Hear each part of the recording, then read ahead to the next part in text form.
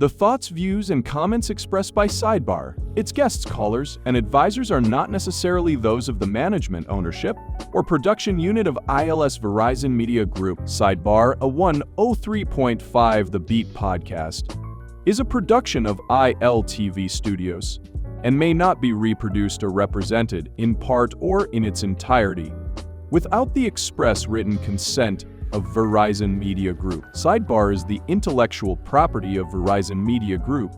Copyright 2024. All rights reserved.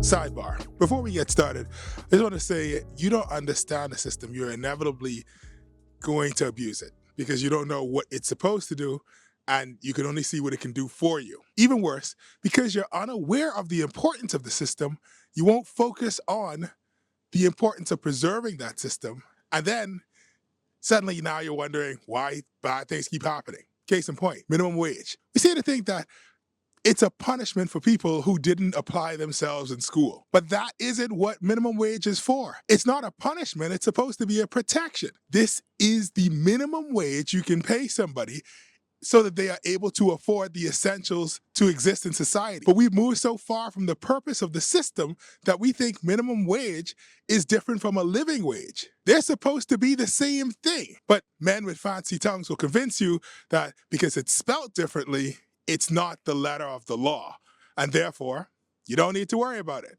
This same principle applies to all parts of society. You don't want to pay taxes on gasoline, but then you wonder why doctors and teachers and police and every government worker has to have a second and third job just to pay rent, because you don't understand the system. But then again, some of you go to church for a laser light show. Welcome back to Sidebar, a 103 The Beat podcast powered by ILTV. I'm Stephen Hanna. How do we fix all of the country's problems? Follow-up question, how do we fix them and they stay fixed? Now, you've heard your parents talk about how great the world used to be in the 70s. You could buy a plot of land and a house for like $5,000. And now the streets run with blood, everything's perpetually on fire. So let's pretend as though your parents weren't complaining in the 70s, 80s, 90s, and the 2000s. How do we build a country back to how they say it was? Well, if you base how people complain, you'll think that the problem is whoever is leading the country at the time of the complaint. So the issue of a country of 400,000 people must be 1 to 39 people, right? Well, hold that thought for a second. Many years ago, there were all sorts of companies in this country. They used to sell things like shoes and corned beef and appliances, even hardware. Some of these companies had up to 9 locations. They were ran with precision and vision by the company's founder. And then one day, he died. And I say he because it was almost always a man. Anyway, the children, whether because he had sent them off to become doctors and they never came back home, or because he raised them to be better than he was, they didn't move into running the business. And the employees under him didn't know how to run the business. And so no one knew how to run the business except him. Because he was doing such a good job, no one ever considered, oh, this could all fall apart. Had he had a system in place, I wouldn't presently have to buy TVs from Amazon. This example, of course, assumes that the world is good and is waiting for us to take advantage of it. But the world is dangerous and wild and constantly in a state of decay. If the country is in a bad state, how do we fix it? Once again, listening to complaints of the people, is the problem that we don't have a good leader helming the ship? I know you guys don't really respect women that aren't your grandmother, so I'm going to use this as an example to help you out. If a gal has 6 children and 8 baby daddies, and she say all of them is garbage, who is the common denominator? All those guys are trash, but what does it say when your favorite flavor of man is garbage juice? Maybe you don't know how to pick a better man. You just keep doing the same thing because someone tell you how you get a man is cook Alfredo pasta and have a baby for him. But at what point do you actually ask yourself, why am I doing this? Do I want to have a herd of children? You don't even like humans that can feed themselves. Why would you make a system that puts you as the primary carer for humans that poop themselves involuntarily? Sorry, all of this is still a part of the analogy.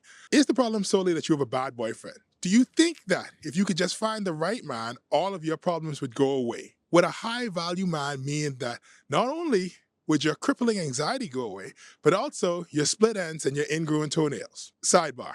I know it seems like I'm picking on women, but that's only for the analogy. And I promise you, I'm going to bring it around so that it applies to all genders. The only reason this stuff isn't directly applicable to men is because, well, evil capitalists have devised narratives that tell us that each gender must do certain unrealistic things and have certain unrealistic expectations of the other gender. Both narratives are damaging. Women are indoctrinated from the first princess film that finding a mate is the greatest success in life. Go become a princess. Then you can live a Hallmark life where you're a full-time artistic candle maker in a small syrup town in Vermont. One day, a big city lawyer is going to come and find you and marry you after only knowing you for 1 week. But you guys bonded while winning the cookie baking competition that ultimately saved the town. In all these, men are just decorations. They have no real personality and some don't even have names.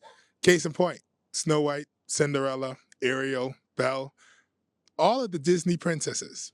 What's the name of the prince? Exactly. Don't get me wrong. Men are also told that women are two-dimensional characters and they just need to be attractive and maybe cook. Maybe. Women are not supposed to talk and men are not supposed to talk. But guys, look how long I've been talking. Imagine how pent up and violent I would be if I got to talk as much as Prince Eric. The fish has more lines than him. Back to the point at hand. A man won't solve all your problems. Some things he can help with. Some things you have to do for yourself. And some things you guys have to do together. So why do we expect different from government leaders? Crime is so bad. What's Ingram doing? Okay, so we switched. Crime is so bad. What's Perry doing? So we switched. Crime is so bad that... Okay, it was a pandemic. So it's a little bit more complicated. But now that crime's kicked up again, people are like, oh, what Brave doing? When the question really should be, what are we doing? Yes, it is the Prime Minister's country, but it's also our country. Every Prime Minister this country has had has done the best of what they have had, but every election cycle, it seems that we buy more and more into the idea that a handful of individuals can save us. We love the idea of a messiah coming to save us. For one moment, think about the countries that you think are so great. We always have people call into talk shows and say, man, we need to be more like Singapore, or we should be like the Netherlands. Do you know the name of a single political leader from any of those countries? Prince Charming, Prince Eric, Prince Adam, and just the prince. Sorry, those are the name of the Disney princes. I know you don't know the names of any political leaders from those countries. And you know why? Because those countries aren't envied for their politicians, they're envied for their systems. Their bureaucracy makes their country better. It doesn't matter who you slot in those positions, the system is set up to confine them to stick to the agenda and to be supported by the system to get the agenda accomplished. Anyway, you've already had one messiah, and after he died for y'all still don't check for him. Yeah, I'm looking at you. So, I invite you to stop looking for messiahs and instead start looking for systems to move us forward to where we need to be. So that way it doesn't really matter who's in the driver's seat. The system is built and the agenda is set. And that is what we're going to be talking about today. How to build a system for a better Bahamas. And coming to talk about that is a person that I know knows how to build a system. I talk about, wait 1 second. It's Boss. Yeah, I know you listen now. Anyway, this is Sidebar, 103 The Beat podcast, powered by ILTV. We'll be back after this. Good Lord, the sun is hot. Why is it so bright?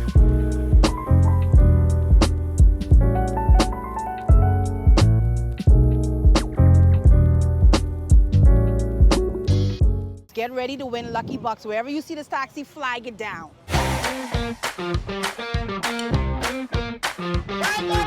The boy hard, beating so hard, I will be hard beating. What here? I'm looking for my first contestant to ride in the Lucky Taxi. Walk in the taxi, you got to do Lucky Walk, bro. Oh, yeah. Thanks. Man, thank you, sir. 85 times 2 is how much, brother? You only win $170, brother. I never expected to win as much as I win. Bang along. Very excited when the gentleman picked me to ride inside the taxi. So if I had to choose a game that would stay, it would be Island of Taxi. You could be next on the Island Lucky Taxi.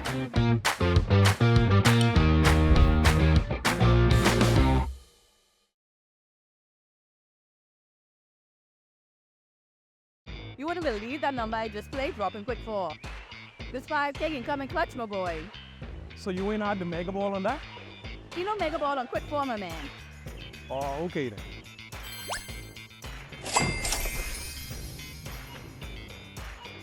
Mega Ball, now available on Quick 4.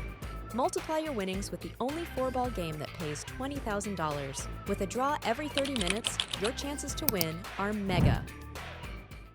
I bet you I could beat you running to this long ball. There.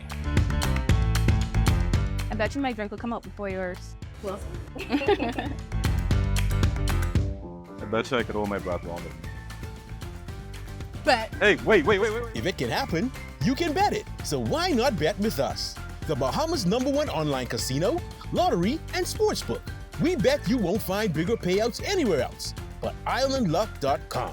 Winners live here.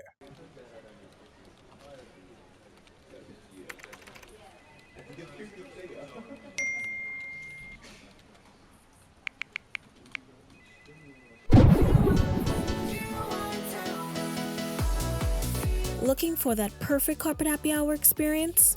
Forge connections, fuel success, and feel the beat. Join 103.5 The Beat each and every Friday at Club Waterloo. RSVP now, limited spots available.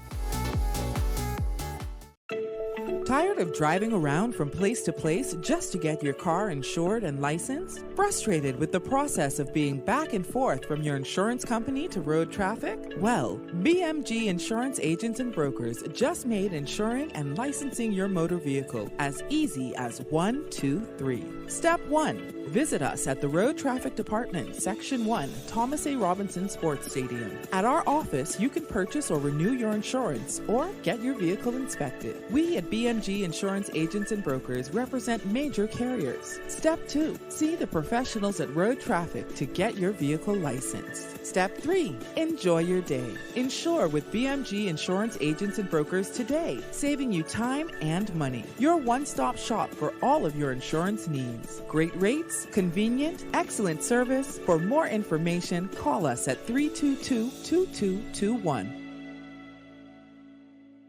Edenwell has expanded their testing menu. We now offer blood work, drug screening, and so much more. Our hours of operation are Monday to Friday, 7 a.m. to 5 p.m., and Saturday, 8 a.m. to 1 p.m., located on 11 Madera Street. We are here for all of your laboratory needs, with fast and reliable lab work done by our friendly and knowledgeable staff. Let us help you take the needed steps to stay in the know about your health. Let's keep working towards a healthier you. Stay Eden well. So you want a space. But not just any space. You need something with a little more potential. So how about 1,000 square feet of room to play with? Superb audio and video production capability, digital LED wall, full lighting grid, and about 124 seats to accommodate a full studio audience with so many other features. Make us your home for your next concert, conference, and so much more. Honestly, the possibilities are endless. Here at ILTV Studios, we'd love to bring your next event to life. So what do you say? Do you want our space?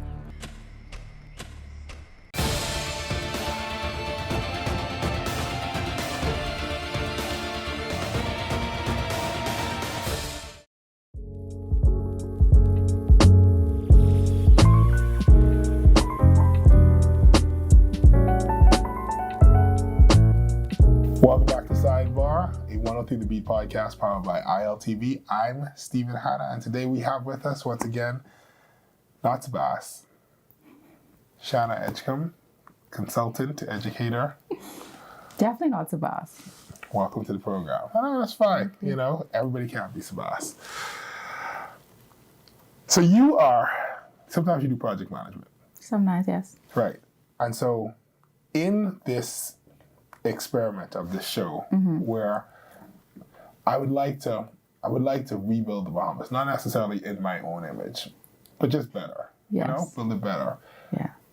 If I look at it as a giant project, where do we start?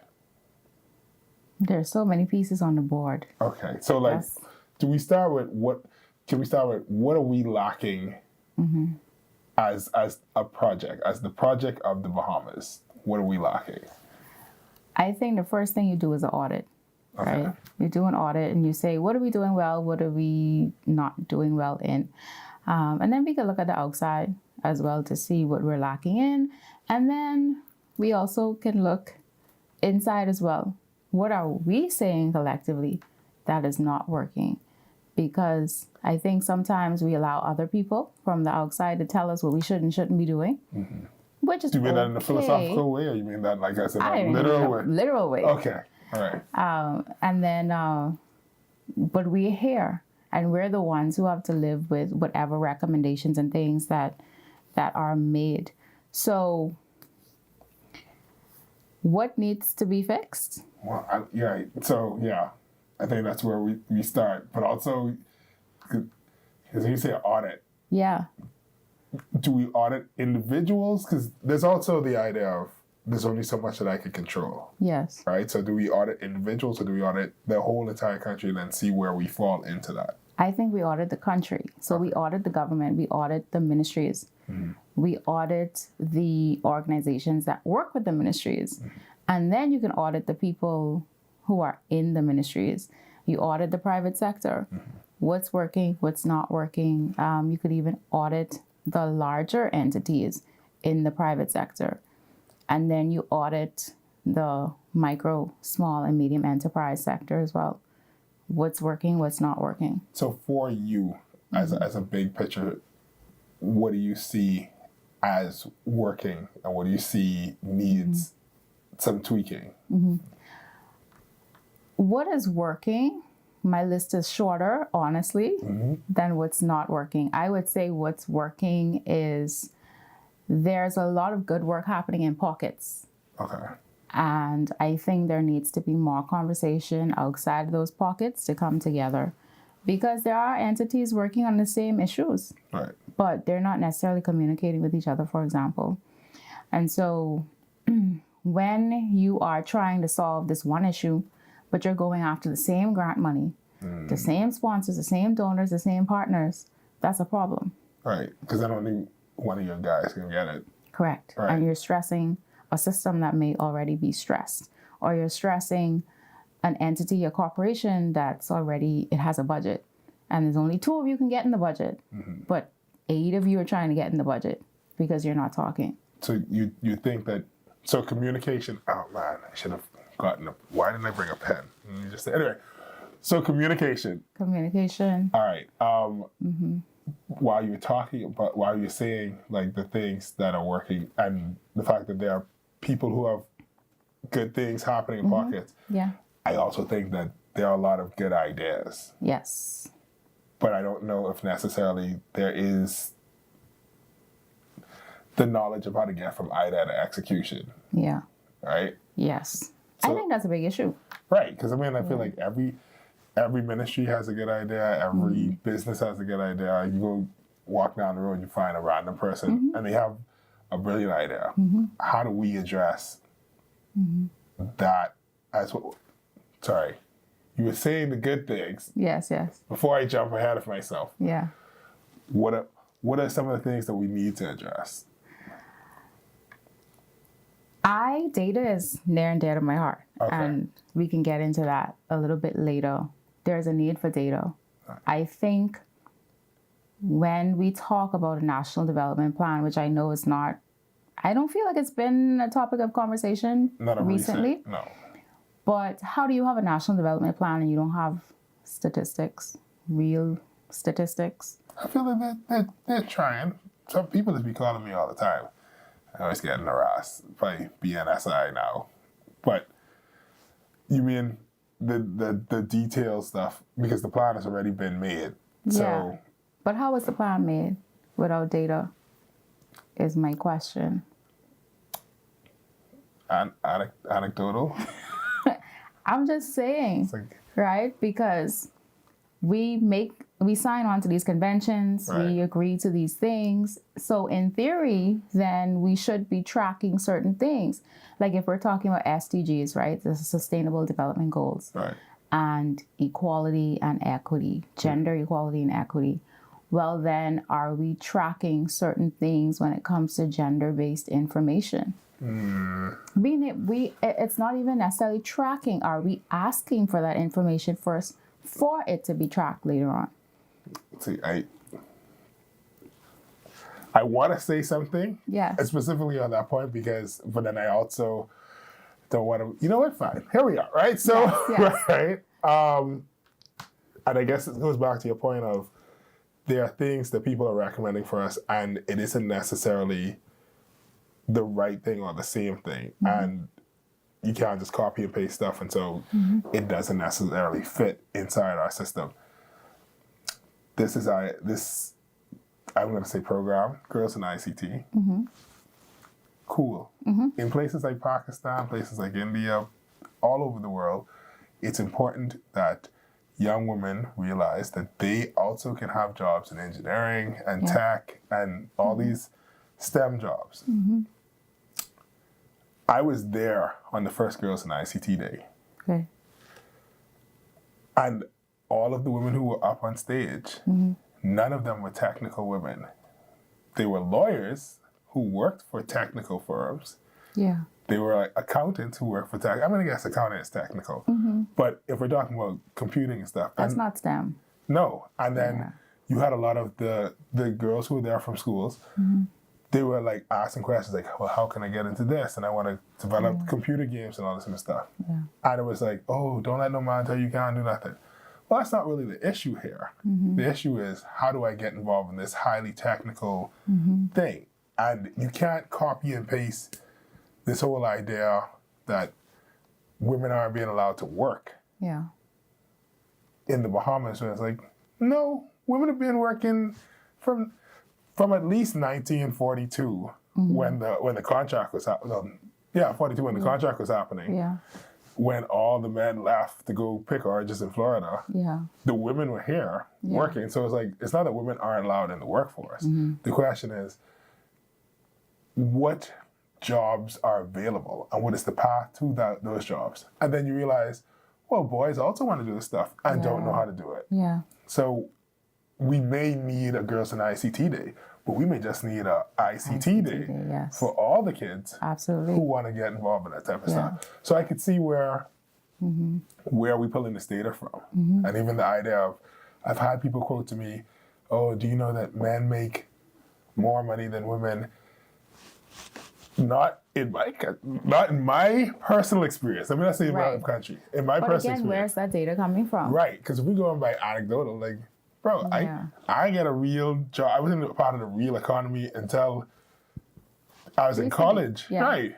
Yeah. But it's like, I know girls who've been working as cashiers and other things from the minute they leave school or while they're still in school. Yeah. So we can't just say, oh, this is the statistics that I saw in a city, Chicago. A lot of our stuff is anecdotal, which is a problem. Right. I think, I don't even know if it's properly anecdotal, because it's not anecdotal for us. It's what we see in our spheres, right? Because there's no place that you can go and there's a mass amount of people who can say, this is my job title, this is how much I make. Right. And then we can do that. You know, I actually explored that idea of doing that. And then I said, I don't know if people trust each other enough to be honest. They don't. To give the job title and the salary, right? But how much more further could we go if, and these are statistical, maybe not for the Bahamas, but statistically, women are really poor with negotiating, right? Especially when it comes to contracts and it comes to job, to pay. So I'm saying, as in, yes, I'm listening. We're more passive in that way. Okay. Y'all are a bit more aggressive. You'll ask for what you want. All right. And statistically, again, not for the Bahamas, because how would we know that, right? And so if there was a way for me to know that if I'm applying for whatever job it is, I know that this is market rate, I should ask for X amount of money. But if I don't know and there's no place for me to find out, like, it's really hard to find job salary information here. Hopefully you know someone who could give you some inside tips, right? You might get a range. You might get a range. And that range could be anywhere from 30 to 50 grand. Well, that makes a huge difference as to what I asked for. And so it would be great to go to a website. The fact that you said that could be the range, but anyway, continue. There are people who are listening who are like, they just like to get with, if they could get close to the range. Yes. But yeah, so we cannot plan our future based on anecdotes. We can't plan our future based on other people's statistics and hope that it applies here. But this isn't a Bahamian problem. This is a Caribbean problem. Yeah. Well, so what do we then do when the data isn't necessarily available? Like, how do we move forward? How do you make a plan with limited data? You make a plan to get the data. So the data, that is essential. That is the first step. It's not the first step. It's probably the biggest step. And the reason why I say that is because we have to move beyond the point of we lack data, this is an issue, and then we just used to it, right? Because even with business planning, when you get a loan or you're applying for a grant or whatever it is, people want you to have an executive summary or a business plan. Well, where are you getting the data in the business plan from? If everything is either anecdotal or from another country, but yet you are evaluating us based on this data that doesn't necessarily have anything to do with us. So do you just want to see if I could put together coherent sentences and thoughts? I'm laughing because I'm trying to remember, where did I get the information from? You know what it is? When you're making a business plan, the ideal thing is to get into a business where there are no other businesses. You aim for, yes, I'll use me as an example. Yes. There are people who are doing weddings. Yeah. And then there are people who are doing editorial commercial work. Yeah. But there's nobody out here doing, I don't know. What you do? Well, I was going to say what I do. Or, there's no one doing live worm fights, or like, I had to pick an animal that was environment. There might be a reason for that. Nobody cares about the worms. Exactly. But you got to pick a niche where there is no, and then you could say that you have no data available. Right. There is no data available because there is no one is servicing this industry right now. The worm MMA industry needs attention. And I just think that I can crack that. That's a niche that is unserviced. That's what For a reason. We'll come back to that. We'll take a quick break. You're listening to Sidebar on 103 The Beat. We'll be right back after this.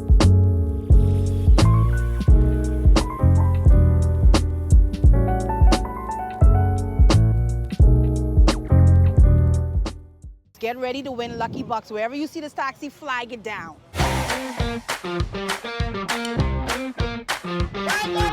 The boy hard, beating so hard, I will be hard. What here? I'm looking for my voice contestant to ride in the lucky taxi. You walk in the taxi, you got to do the lucky walk, bro. Oh, thanks. Man, thank you, sir. 85 times 2 is how much, brother? You leave it with $170, brother. I never expected to win as much as I win. Bang along. Very excited when the gentleman picked me to ride inside the taxi. So if I had to choose a game that would stay, it would be Island of Taxi. You could be next on the Island Lucky Taxi.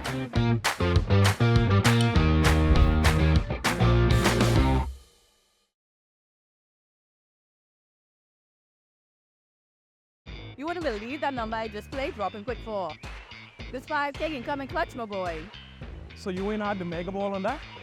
You know mega ball on quick 4, my man. Oh, okay then.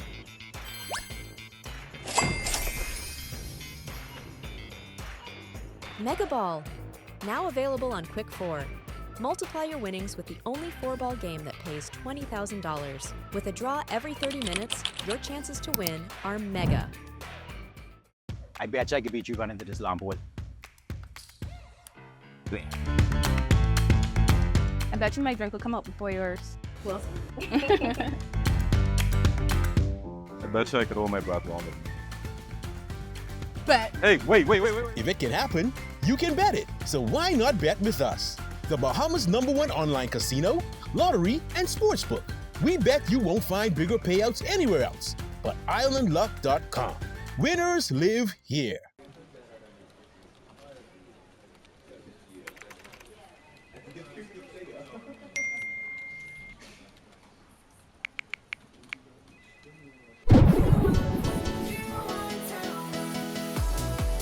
Looking for that perfect carpet happy hour experience? Forge connections, fuel success, and feel the beat. Join 103.5 The Beat each and every Friday at Club Waterloo. RSVP now, limited spots available.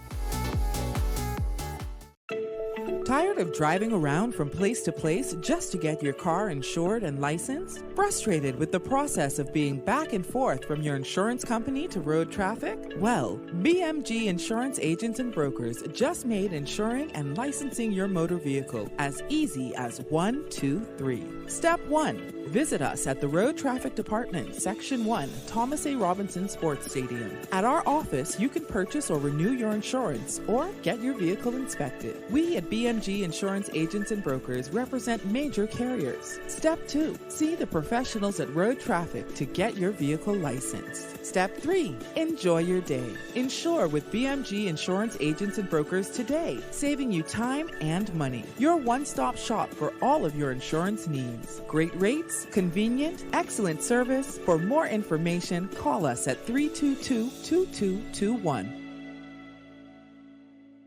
Edenwell has expanded their testing menu. We now offer blood work, drug screening, and so much more. Our hours of operation are Monday to Friday, 7 a.m. to 5 p.m., and Saturday, 8 a.m. to 1 p.m., located on 11 Madera Street. We are here for all of your laboratory needs, with fast and reliable lab work done by our friendly and knowledgeable staff. Let us help you take the needed steps to stay in the know about your health.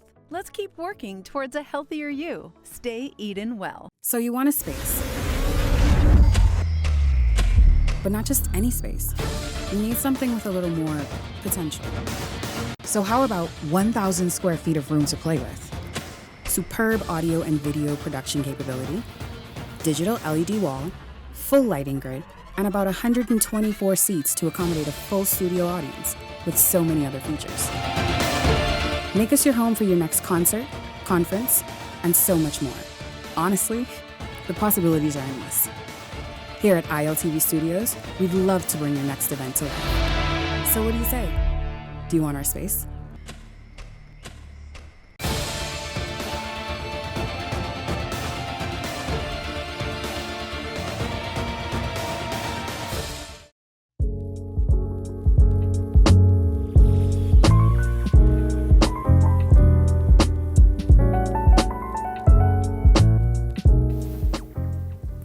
Welcome back to Sidebar, 103 The Beat podcast, powered by ILTV. I'm Stephen Hanna, and with me is Shana, consultant. I did say it very dramatically.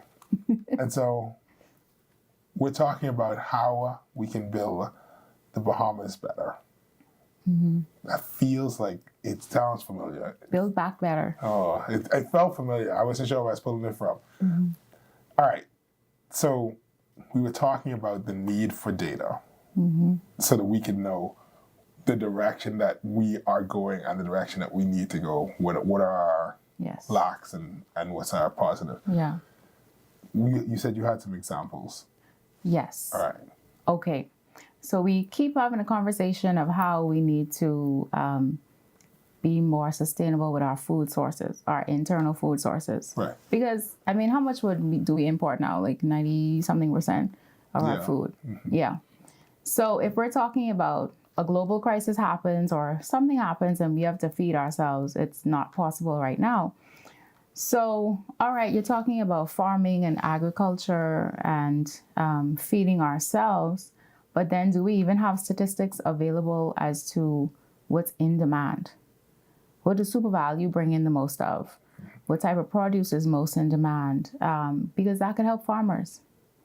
It could help them know, okay, maybe they can't feed all of us right away, but at least if you focus on bananas are always in demand. It's one of the most wanted fruit. It's not for example. It wouldn't be bananas, but that's fine. I got you. What is it? What is it?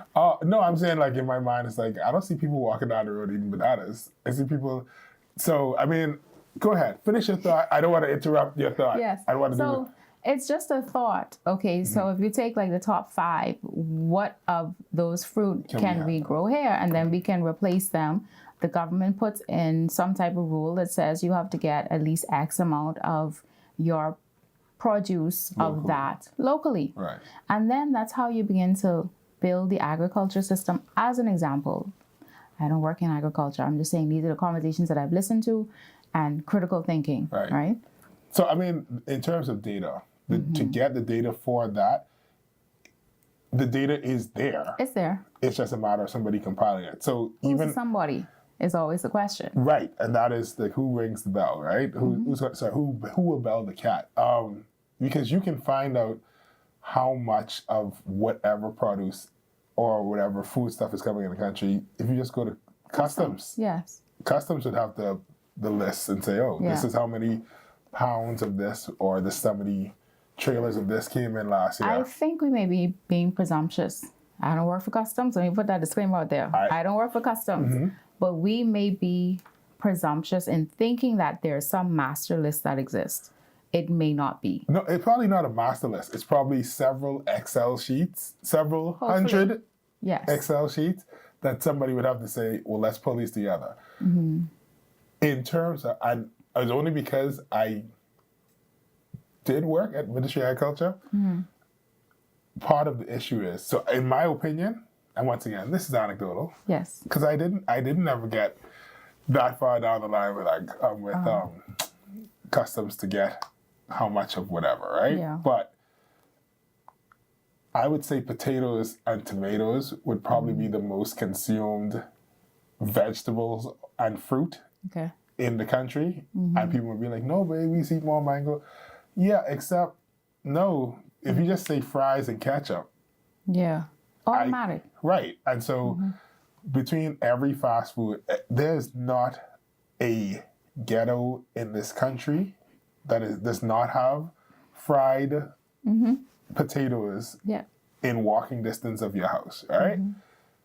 But the problem now is potatoes and fries, they're the same thing, but they're two different things. And so you also need the processing. You need somebody to say, we're going to take the potato from out of the ground, however long it takes to grow it, how the process you need to grow it, we're going to process it, we're going to either halfway fry it, flash fry it, so you can cook it quicker when you get it, powder it, freeze it, all this different stuff to get it to you before we can tell the government we are imposing tariffs to say, absolutely, you have, if you are a fast food franchise, you need to buy this much fries from Bahamian sources before you get that. Same thing with tomatoes, which brings us on to the topic of systems. Because I think that we could get, potatoes apparently are very easy to grow.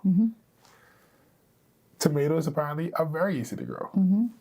The problem isn't growing the tomatoes and potatoes. The problem is nobody is eating raw tomatoes. They're eating ketchup.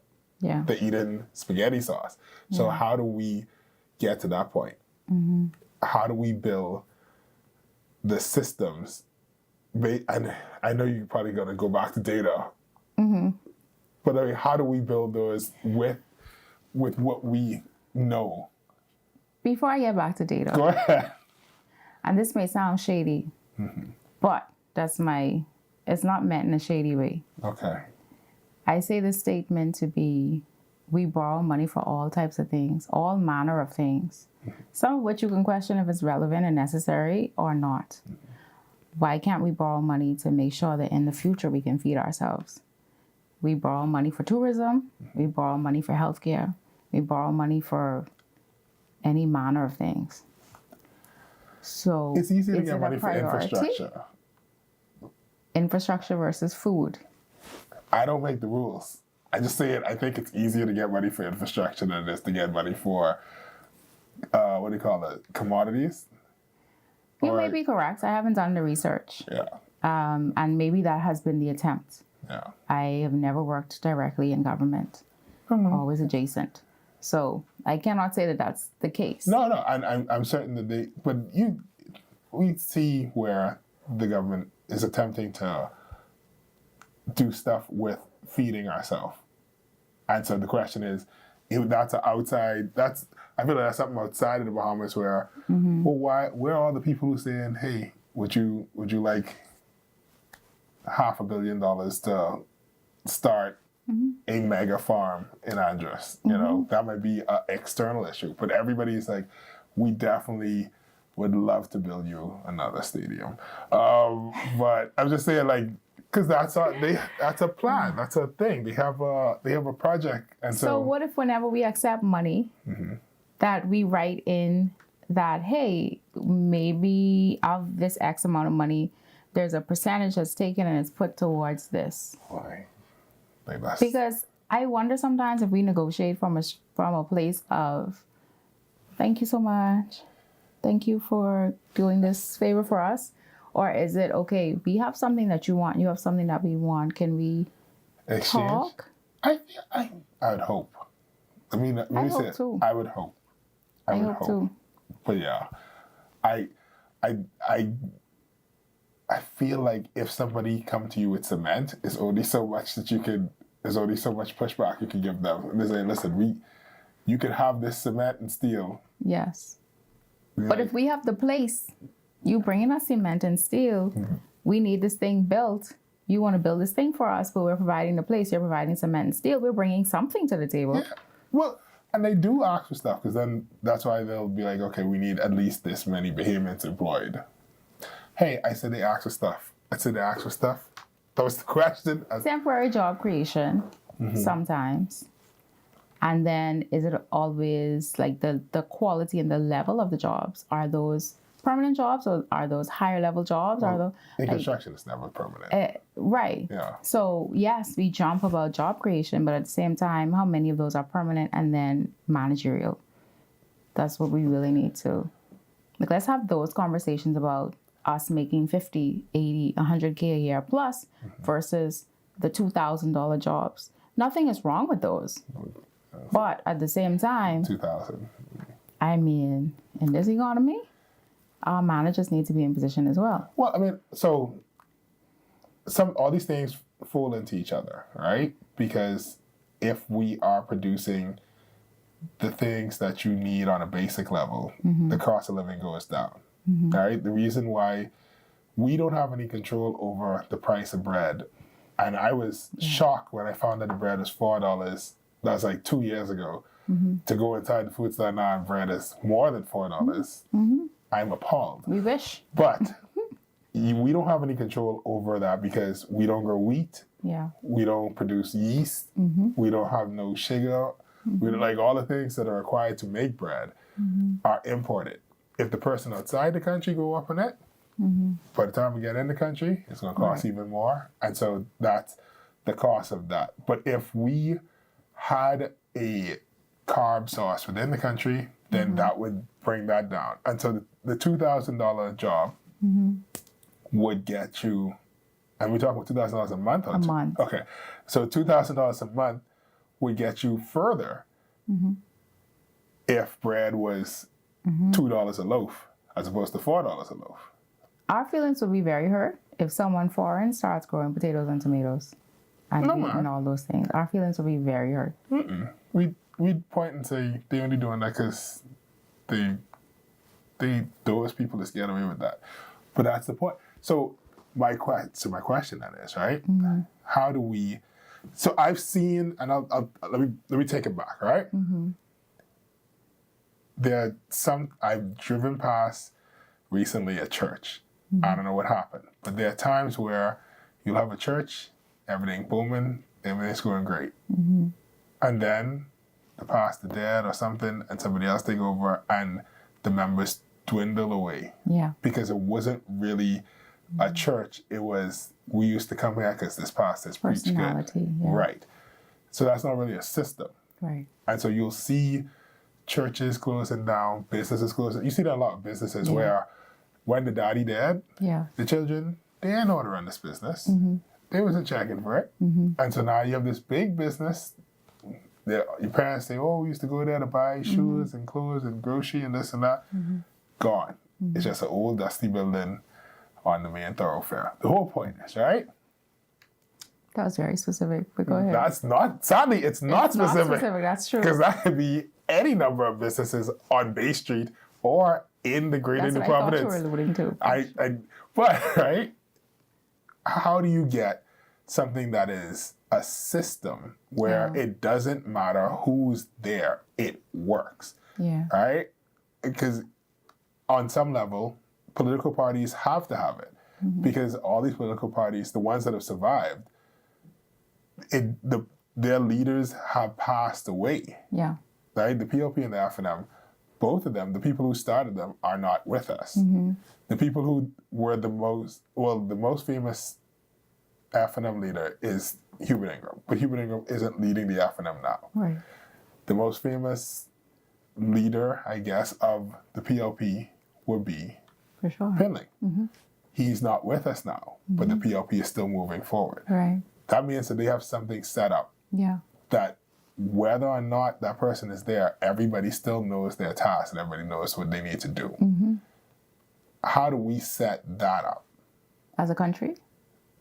Beyond, and at some level, the question is, do we have it set up as a country? But I also mean as our individual groups, because I feel like I can see what's wrong. I can see what you're doing wrong. You can see what I'm doing wrong, but I can't see what I'm doing wrong.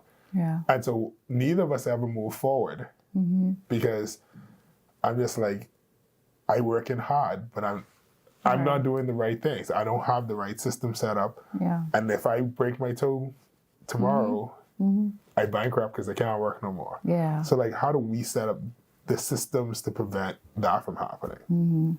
So let's go on a micro level first, right?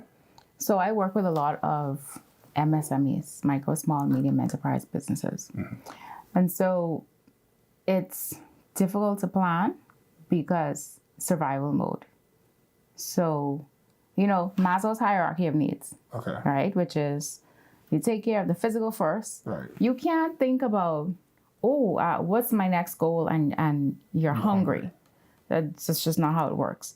So in that context, it's difficult to think about how do I build my team when I'm barely making enough money to pay myself in this business and keep it going, let alone add people.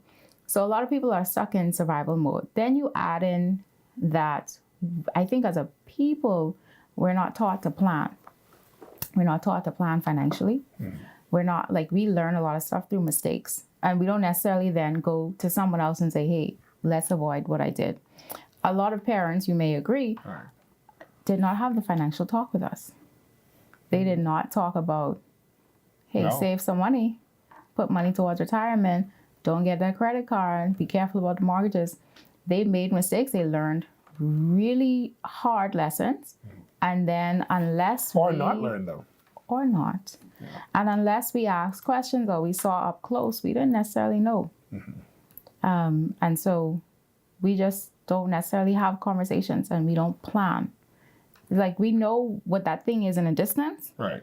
But we don't know how to get there. We don't know how to get there. And we don't have conversations to talk about how to get there with each other or just we learn from each other. So that's on a small level. And that's business, that's community, that's household, right? Now, so once again, it's a matter of communication. One of those issues, yes. Yeah. Yeah. Now, on the high level, the government macro level, then it shouldn't matter, in my opinion. It shouldn't matter who is the leader of a country, of this country. Personality, politics aside, it shouldn't matter. We should know that, okay, we are one of the top tourist destinations in this region. Right. And we are beholden to keeping it at the number one industry for us. Right. What do we do comprehensively to make sure that we keep our spot or we could always contend? I don't know that we're having enough of those conversations to make a long-term plan. I have some things that I would love to see because I've traveled and there are some things that I would love to see that came from Asia, for example, China. to see here. One being, if you're going to work in a hotel and you're going to face English speaking people, then you need to be multilingual. But we're here, like, we speak English and that's that. We have people coming from all over the world with different abilities. Our sidewalks are crap. How are you supposed to use wheelchairs and strollers and or maneuver if you're blind? Right. These are little big things. Yeah. Did you know, like, those, like, the piece with the etching on it is actually supposed to, like, help guide the person? Yeah, but anyway, that's neither here nor there. I think Cam is telling me that we're out of time. Okay. We come back. We'll discuss this later. This is Sidebar 103 The Beat podcast, powered by ILTV. We'll be back after this.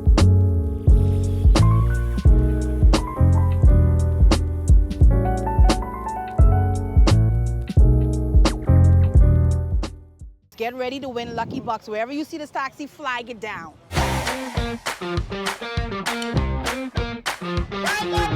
The boy hard, beating so hard, I will be hard. What here? I'm looking for my voice contestant to ride in the lucky taxi.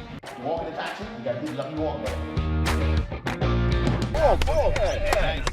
Man, thank you, sir. 85 times 2 is how much, brother? You leave with $170, brother. I never expected to win as much as I win. Very excited when the gentleman picked me to ride inside the taxi. So if I had to choose a game that would stay, it would be Island of Taxi. You could be next on the Island Lucky Taxi.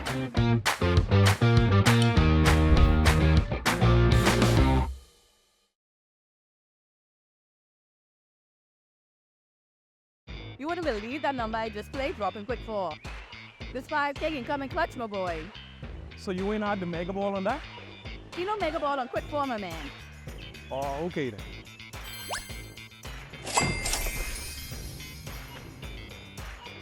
Mega Ball, now available on Quick 4.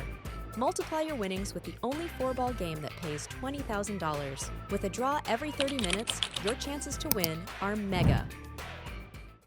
I bet you I could beat you running into this long ball. I bet you my drink will come out before yours. Well. I bet you I could hold my breath longer. Bet. Hey, wait. If it can happen, you can bet it. So why not bet with us? The Bahamas #1 online casino, lottery, and sportsbook. We bet you won't find bigger payouts anywhere else but islandluck.com. Winners live here.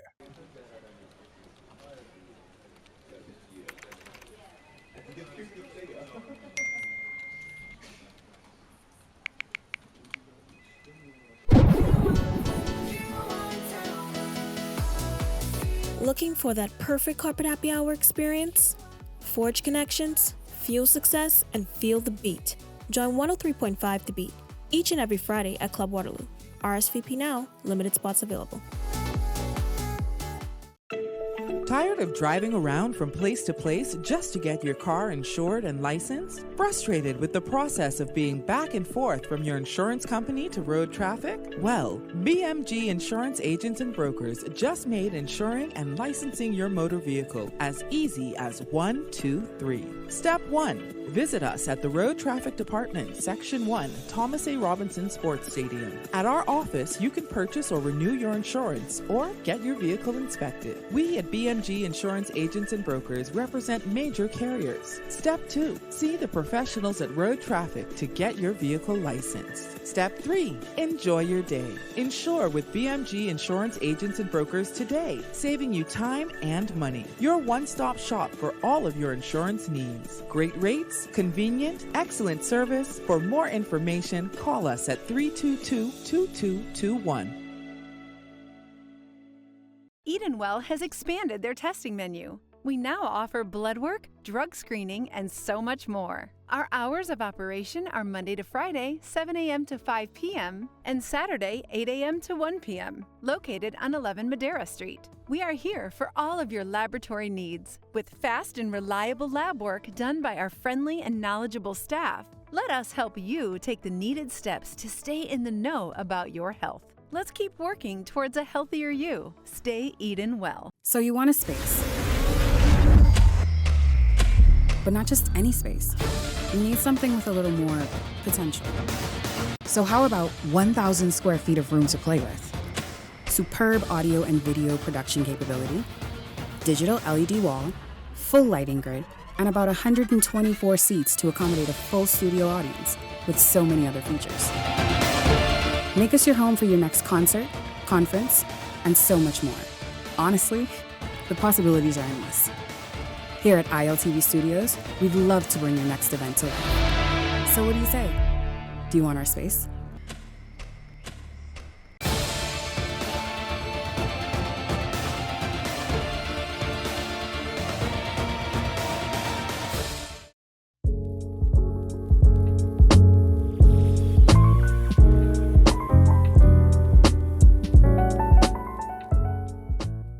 Welcome back to Sidebar, 103 The Beat podcast powered by ILTV. I'm Stephen Hanna, and this is the Island segment. Abaco, top food. I made the mistake of trying to figure out what is the top food in Abaco by going to Bahamas.com. And according to the Ministry of Tourism's website, the Bahamas' most famous drink, the Gumbe Smash, was invented in Abaco. The what? When did y'all vote on this being the most famous Bahamian drink? The Bahama Mama don't count? I'm sure that Switcher is more famous than that. Water is a more famous Bahamian beverage. Top export. Crawfish, boats, because they do boat building. So also, again, it's who is take your girl because they have a boat and you don't have no boat. Even though you know people from Get Island, there's build boat too, but you can't afford no boat because where you gonna put the boat? You ain't got even no place to put the boat. Top site to visit. The lighthouse. I mean, but technically, if you want to take a picture of it, you can't go to it. You have to be like, you have to stand away from it. So it's like 100 feet in that direction. Oh, also they got like 6 national parks. So if you've outgrown the pigeon and the chicken because you're too good for Nassau birds, then, you know. This is Sidebar, 103 The Beat podcast, powered by ILTV. I'm Stephen Hanna. We'll be right back.